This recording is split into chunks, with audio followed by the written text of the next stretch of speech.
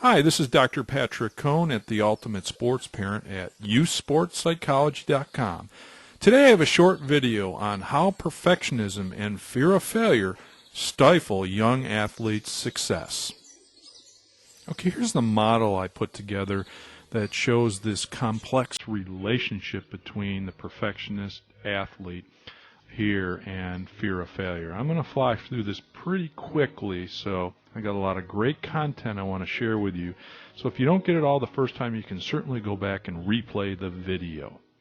So it shows you here some of the four quadrants that I want to discuss in today's video related to perfectionism, fear of failure, how perfectionists practice or what you see in practice, the mental game changes that you'll see, and what ultimately happens to the perfectionist in competition.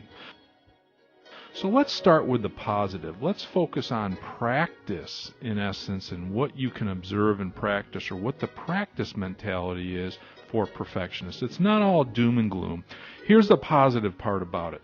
Perfectionists are very goal-oriented. They're hard workers. They have a lot of motivation.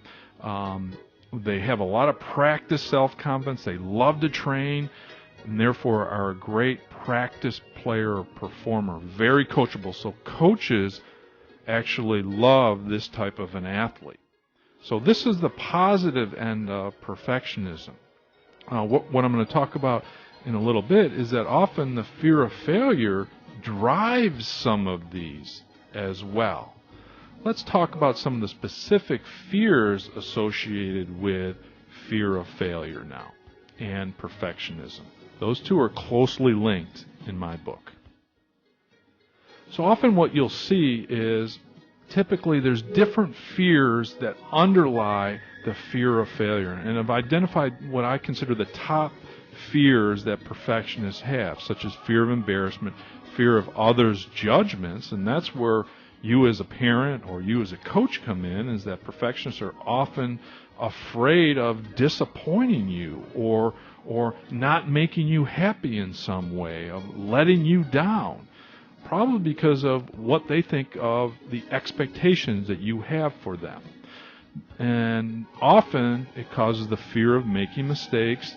They don't want to waste their time, put in a lot of effort and waste their time, so this ups the ante.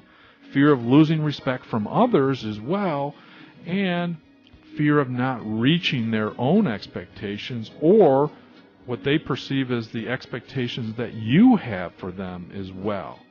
Okay, so what type of an effect does this ultimately have on their mental game status when they're actually performing? Let's take a look at this.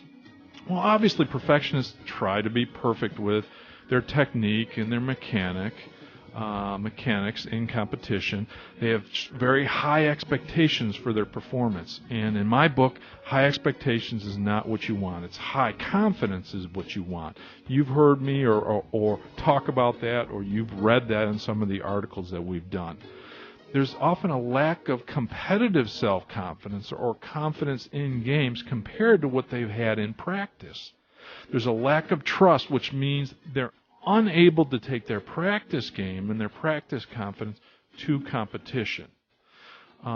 They want it to look good and feel good, which is related to wanting to be perfect. And this is not good for performing functionally or getting the job done, as we call it. As I mentioned, there's a fear of making mistakes, and often they try too hard, which leads to excess tension in their physical game and in their mental game as well. So what happens then in competition ultimately? Let's take a look at that for a second. Well, they perform tentatively. They perform on the defensive. They're often afraid to take risks and step out there and do what they're capable of. I'm sure you've seen that. They're often too focused on others, which is a huge distraction, to say the very least, when they're focused on other people, called social approval. I've mentioned that earlier. They don't want to disappoint their teammates. They don't want to disappoint their parents or a coach. They feel anxious and tense in competition, which is related to, once again, the fear of failure and afraid of making mistakes. They get frustrated easily because of their high expectations and not achieving their expectations. They get frustrated very easily. And then they can't perform in the present moment because they're so focused on results. They're so focused on, well, what is my mom or dad going to say if I don't perform perfectly today or if I don't win today? So those are some of the issues that you'll see in competition with the perfectionist athlete. All right, then. So I'm going to zoom out a little bit here so you can see this and the relationships here. Once again now, fear of failure often drives the athlete in practice to be a hard worker and work really hard because they don't want to embarrass themselves and look silly out there.